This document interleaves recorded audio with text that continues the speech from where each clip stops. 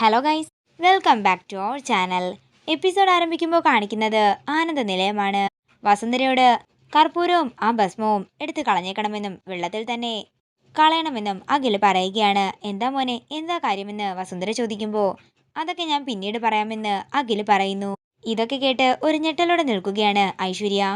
തുടർന്ന് അഖിൽ പറയുകയാണ്, ഞങ്ങൾ അവിടെ നിന്ന് ഇറങ്ങാൻ താമസിക്കുകയാണെങ്കിൽ ഞങ്ങൾ അവിടെ സ്റ്റേ ചെയ്തിട്ട് നാളെ വരൂ. അതൊന്നും കുഴപ്പമില്ല മോനെ എന്ന് വസുന്ധരയും വർമ്മയും പറയുന്നു.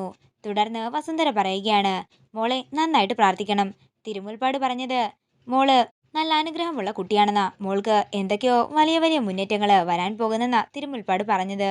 അതുകൊണ്ട് മോള് നന്നായി തന്നെ പ്രാർത്ഥിക്കണം. തുടർന്ന് അപ്പച്ചി പറയുകയാണ്, അതെ അകിമോനെ, പാണ്ടിലോറികളൊക്കെ കൂടുതലുള്ള വഴിയാണ്. സൂക്ഷിച്ചൊക്കെ വണ്ടി ഓടിക്കണം. ലോറി മുട്ടിയാലേ കാർ പപ്പടമാകും. അപ്പച്ചി എന്താ ഇതെന്ന് വർമ്മ ചോദിക്കുമ്പോൾ ഞാൻ പൊതുവായ ഒരു കാര്യം പറഞ്ഞതാണെന്ന് അപ്പച്ചി പറയുന്നു. തുടർന്ന് അഖിലും ശ്യാമയും ചേർന്ന് എല്ലാവരോടും അനുഗ്രഹം വാങ്ങുകയാണ്. അമൃത അടുത്ത് ചെന്ന് ശ്യാമ പറയുകയാണ്, ഏട്ടത്തി ഞങ്ങൾ പോയിട്ട് വരാം. ഏട്ടത്തിലെ അനുഗ്രഹങ്ങളൊക്കെ ഉണ്ടാകണം. ഏട്ടത്തിലെ തെറ്റിദ്ധാരണയൊക്കെ പെട്ടെന്ന് മാറട്ടെ എന്ന് ഞാൻ പ്രാർത്ഥിക്കാം. തെറ്റിദ്ധാരണയോ? എന്റേതേ ശരിയായ ധാരണ തന്നെയാണ്. പിന്നെ അനുഗ്രഹം എന്റെ മുന്നിൽ നിന്ന് തന്നെ പോയിക്കൊള്ളണം എന്ന് പറഞ്ഞ് ദേഷ്യത്തോടെ അമൃത തന്റെ മുറിയിലേക്ക് പോകുന്നു. പിന്നീട് കാണിക്കുന്നത് ഐശ്വര്യയാണ്. ഐശ്വര്യ ജഗനെ കണ്ടിട്ട് ശ്യാമയും അഖിലും കൂടി ചെങ്കൽ ക്ഷേത്രത്തിലേക്ക് പോയ കാര്യങ്ങളൊക്കെ പറയുകയാണ്. എല്ലാം കേട്ടതിന് ശേഷം ജഗൻ പറയുകയാണ്, രണ്ടുപേരും വലിയ ദൈവവിശ്വാസികളാണല്ലോ. അപ്പോൾ ആ ശ്യാമയുടെ അന്ത്യവും ക്ഷേത്രത്തിൽ വെച്ച് തന്നെ ആകട്ടെ. ഞാനും നേരെ അമ്പലത്തിലേക്ക് തന്നെയാ പോകുന്നത്. രണ്ടിന്റെയും അവസാനം അവിടെ തന്നെ ആകട്ടെ. ദൈവമായിട്ട് നമ്മളുടെ കയ്യിൽ കൊണ്ടുതന്ന അവസരമാണിത്. അങ്കിള് അവരെ എങ്ങനെ അപകടപ്പെടുത്താൻ പോകുന്നത്? അത് എളുപ്പമാണോ? ഇത് കേൾക്കുന്ന ജഗൻ പറയുകയാണ്, അതെ, ധാരാളം ശിവലിംഗ പ്രതിഷ്ഠകളുള്ള ക്ഷേത്രമാണ്. അവിടെ ധാരാളം കാണാനുമുണ്ട്. അതുകൊണ്ട് തന്നെ ഞാൻ എവിടെയെങ്കിലും വെച്ച് അവരെ വകവരുത്തിയിരിക്കും. തുടർന്ന് ഐശ്വര്യ പറയുകയാണ്, അവളെ ഭയങ്കര ദൈവവിശ്വാസിയാണ്. ദൈവം അവളുടെ കൂടെ ഉണ്ടെന്നാ പറയുന്നത്. അതുകൊണ്ട് അങ്കിളൊന്ന് സൂക്ഷിക്കണം. അതൊക്കെ ഞാൻ നോക്കിക്കോളാം. പിന്നെ അമൃതയും ശ്യാമയും തമ്മിലുള്ള പിണക്കങ്ങളൊക്കെ മാറിയോ? ഇത് കേൾക്കുന്ന ഐശ്വര്യ പറയുകയാണ്, എവിടുന്ന്? ശ്യാമ ക്ഷേത്രത്തിൽ പോകാൻ വേണ്ടി അനുഗ്രഹം വാങ്ങാൻ ചെന്നപ്പോഴും മിണ്ടാതെ അവർ മുറിയിലേക്ക് പോവുകയാ ചെയ്തത്. കീരിയും പാമ്പും എന്നൊക്കെ പറയില്ലേ, അതേ നിലയിലാണ് ഇപ്പോൾ രണ്ടുപേരും. എന്താണെങ്കിലും അവരെ ഒരിക്കലും അടിക്കാൻ സമ്മതിക്കരുത്. എന്താണെങ്കിലും ശ്യാമയ്ക്കിനി ഒരു ദിവസത്തെ ആയുസ് കൂടി മാത്രമേ ഉള്ളൂ എന്നൊക്കെ ജഗൻ പറയുമ്പോൾ ഐശ്വര്യ പറയുകയാണ്, അവനും അവളും കൂടി തീർന്നു കിട്ടിയാലേ പിന്നെ അധികാരങ്ങളൊക്കെ എന്റെ കയ്യിലാങ്കിളെ. അങ്കിളിന് വാക്ക് തന്ന പോലെ കാര്യങ്ങളൊക്കെ നടക്കുമെന്ന് ഐശ്വര്യ പറയുമ്പോൾ ജഗൻ പറയുകയാണ്, അതെ, അതുപോലെയൊക്കെ കാര്യങ്ങൾ നടക്കണം. കാര്യങ്ങൾ നടന്നില്ലെങ്കിലേ പിന്നെ എന്റെ കയ്യിൽ ഒന്നും തന്നെ നിൽക്കില്ല.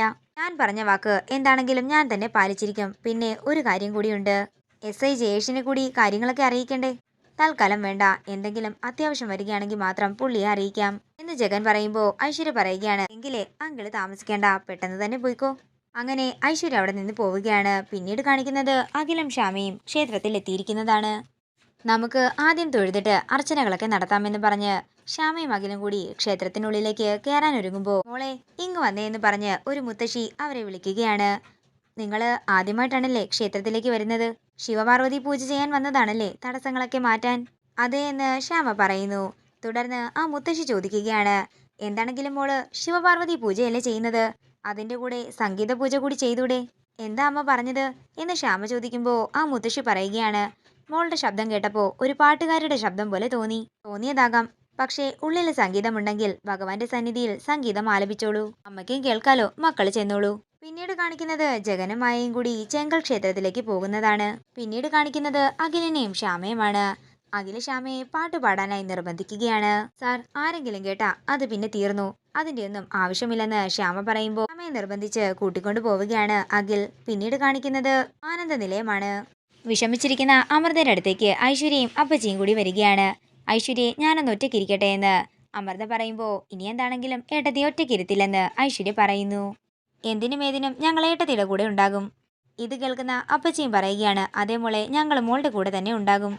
അമൃതേട്ടത്തിക്ക് ശ്യാമയോട് ആകെ ദേഷ്യമാണെന്ന് മനസ്സിലായി. അതങ്ങനെ സംഭവിക്കൂ. കള്ളം ഒരുപാട് നാള് മൂടി വെക്കാൻ സാധിക്കില്ലല്ലോ. ഏട്ടത്തി, ഞാൻ കാര്യങ്ങളൊക്കെ ഒന്ന് അറിയാൻ വേണ്ടി ചോദിക്കുകയാ. എന്താ ഏട്ടത്തി ശ്യാമ ഏട്ടത്തിയോട് കാണിച്ചത്? കാര്യം പറ അമൃതേട്ടത്തി. എന്താണെങ്കിലും ഇപ്പൊ നമ്മളെ ഒറ്റക്കെട്ടാണ്. ശ്യാമ ഏട്ടത്തിയെ എന്താ ചെയ്തത്? ഇത് കേൾക്കുന്ന അമൃത ദേഷ്യത്തോടെ പറയുകയാണ്, എനിക്ക് ആരോടും ഒന്നും പറയാനില്ല. എല്ലാവരും കൂടി ചേർന്ന് എന്നെ പറ്റിക്കുകയാണ്. തുടർന്ന് അമൃത ദേഷ്യത്തോടെ ടേബിളിന്റെ പുറത്തുള്ള ബൗളെടുത്ത് താഴേക്ക് എറിഞ്ഞിട്ട് പറയുകയാണ്, ക്ഷേത്ര ദർശനം ഇങ്ങനെ അമ്പലത്തിൽ പോയി തൊഴുതിട്ട് ആർക്കാ എന്ത് പ്രയോജനം? ഇത് കേൾക്കുന്ന ഐശ്വര്യ പറയുകയാണ്, ഏട്ടത്തി പറയുന്നത് ശ്യാമയെക്കുറിച്ചാണെന്ന് ഞങ്ങൾക്ക് മനസ്സിലായി. കാര്യം എന്താണെന്നൊന്നും ഞാൻ ഏട്ടത്തിയോട് ചോദിക്കുന്നില്ല. എന്താണെങ്കിലും ഏട്ടത്തിയുടെ മനസ്സ് വേദനിപ്പിച്ച അവളോട് ഞാൻ പകരം ചോദിക്കാം. എനിക്ക് വേണ്ടി ആരും ആരോടും പകരം ചോദിക്കാൻ നിൽക്കണ്ട. എൻ്റെ കാര്യങ്ങളൊക്കെ നോക്കാനേ എനിക്കറിയാം. എനിക്ക് ഒറ്റയ്ക്കിരിക്കണം, ഇറങ്ങിപ്പോകാൻ അമൃത ഐശ്വര്യയോടും അപ്പച്ചിയോടും പറയുകയാണ്. അങ്ങനെ പുറത്തേക്ക് ഇറങ്ങിയതിനു ശേഷം ഐശ്വര്യ പറയുകയാണ്, അപ്പച്ചി ഞാനൊരു ശബ്ദം എടുത്തില്ലായിരുന്നു അവരെ തമ്മിൽ തെറ്റിക്കുമെന്ന്. ഇപ്പോൾ എന്തായി? ശ്യാമയുടെ പൂജയും ഭക്തിയുമൊക്കെ ഇനി അമൃത തീർത്തു കൊടുത്തോളും. അല്ല, അവിടെ ക്ഷേത്രത്തിൽ തന്നെ അതിനുവേണ്ട സംവിധാനങ്ങളൊക്കെ ഒരുക്കിയിട്ടുണ്ട്. പിന്നീട് കാണിക്കുന്നത് അഖിലിനെയും ശ്യാമയുമാണ്. അഖില് ചെന്ന് റിസപ്ഷനിൽ പറയുകയാണ്, അത് പിന്നെ എൻ്റെ ഭാര്യയ്ക്ക് നടയിൽ നിന്ന് ഒരു പാട്ട് പാടിയാൽ കൊള്ളാമെന്നുണ്ട്. അതിനെന്താ, നല്ല കാര്യമല്ലേ, പാടിക്കൊള്ളാൻ അയാളും പറയുന്നു. അങ്ങനെ ശ്യാമ നടയിൽ നിന്ന് പാട്ട് പാടുമ്പോൾ എല്ലാവരും ശ്യാമയ്ക്ക് ചുറ്റും കൂടുകയാണ്. തുടർന്ന് പാട്ട് നന്നായിട്ടുണ്ടെന്ന് എല്ലാവരും ശ്യാമയോട് പറയുമ്പോൾ ആ മുത്തശ്ശിയും ശ്യാമയുടെ പാട്ട് കേൾക്കുകയാണ്. തുടർന്ന് ശ്യാമ പറയുകയാണ്, എനിക്കിപ്പോ ആകെ എന്തോ സന്തോഷം പോലെ, ലോകം മുഴുവൻ കീഴടക്കിയ പോലെയുണ്ട്. അല്ല, ആ അമ്മ പറഞ്ഞിട്ടല്ലേ താൻ പാട്ട് പാടിയത്? ഇത് കേൾക്കുന്ന ശ്യാമ പറയുകയാണ്, അല്ല എന്നിട്ട് ആ അമ്മ എവിടെ? അമ്മ എന്തെങ്കിലും ക്ഷേത്രത്തിന്റെ കാര്യത്തിന് പോയതായിരിക്കും. എന്താണെങ്കിലും നമുക്കിപ്പോ എല്ലായിടത്തും തൊഴാം, എന്നിട്ട് ശിവലിംഗത്തിലേക്ക് പോകാം. അതേസമയം ജഗനും മായയും അവിടെ എത്തിയിരിക്കുകയാണ്. ക്ഷേത്രത്തിനുള്ളിലേക്ക് വരുന്ന അവര് അഖിലിനെയും ശ്യാമയും തിരയുകയാണ്. അതേസമയം ആ മുത്തശ്ശി അവരെ കാണുന്നു. പിന്നീട് കാണിക്കുന്നത് ആ മുത്തശ്ശി അഖിലിന്റെയും ശ്യാമയുടെയും അടുത്തേക്ക് പോകുന്നതാണ്. മുത്തശ്ശി എവിടെയായിരുന്നു? ഞാൻ മുത്തശ്ശി പറഞ്ഞതുപോലെ തന്നെ ക്ഷേത്രസന്നിധിയിൽ പാട്ടുപാടി ഞാൻ കേട്ടിരുന്നു മോളെ എന്ന് പറഞ്ഞിട്ട് ശ്യാമയുടെയും അഖിലിന്റെയും കയ്യിൽ ഓരോ ചരടുകൾ വെച്ച് കെട്ടിക്കൊടുക്കുകയാണ് ആ മുത്തശ്ശി. ഈ ക്ഷേത്രത്തിൽ നിന്നും പോകുന്നതുവരെ നിങ്ങൾ ഈ ചരട് കയ്യിൽ നിന്നും അഴിച്ചു മാറ്റരുത്. ഇത് നിങ്ങളെ ശത്രുക്കളിൽ നിന്നും രക്ഷിക്കുമെന്ന് പറഞ്ഞ് മുത്തശ്ശി അവിടെ നിന്ന് പോകുമ്പോൾ ശ്യാമ പറയുകയാണ്, ആ അമ്മയുടെ കൈ തൊട്ടപ്പോൾ തന്നെ എന്തോ ശരീരത്തിനാകെ ഒരു തണുപ്പ് പോലെ. എന്നാൽ എനിക്കങ്ങനെ തോന്നുന്നില്ല. അന്ന് തന്നെ പറ്റിച്ചില്ലേ ഒരു സന്യാസി, അതുപോലെ തന്നെയാ ഇത്. എന്തോ കാശിന്റെ തട്ടിപ്പായിരിക്കും. അങ്ങനെ അഖില് ശ്യാമയുടെ കയ്യിൽ നിന്നും തന്റെ കയ്യിൽ നിന്നും ചരടുകൾ അഴിച്ചു മാറ്റുകയാണ്. നേരം രാത്രിയാകുന്നു. പിന്നീട് കാണിക്കുന്നത് അഖിലിനെയും ശ്യാമയെയും കാത്തു നിൽക്കുന്ന ജഗനെയും മായയുമാണ്. ഇതിപ്പോ എത്ര നേരമായി, ഇനി അവരെപ്പോ വരാനാണെന്ന് മായ ചോദിക്കുമ്പോൾ അവരിപ്പോ വരുമെന്ന് ജഗൻ പറയുന്നു. അതേസമയം അങ്ങോട്ടേക്ക് അഖിലും ശ്യാമയും കൂടി വരികയാണ്. ഇതോടുകൂടി ഇന്നത്തെ എപ്പിസോഡ് ഇവിടെ തീരുകയാണ്. വീഡിയോ ഇഷ്ടമായെങ്കിൽ മറക്കാതെ ലൈക്ക് ചെയ്യുക, ഷെയർ ചെയ്യുക, കമന്റ് ചെയ്യുക. കൂടുതൽ സീരിയൽ അപ്ഡേറ്റ്സിനായി മറക്കാതെ സബ്സ്ക്രൈബ് ചെയ്യുക നയൻസ് ക്രിയേഷൻസ്.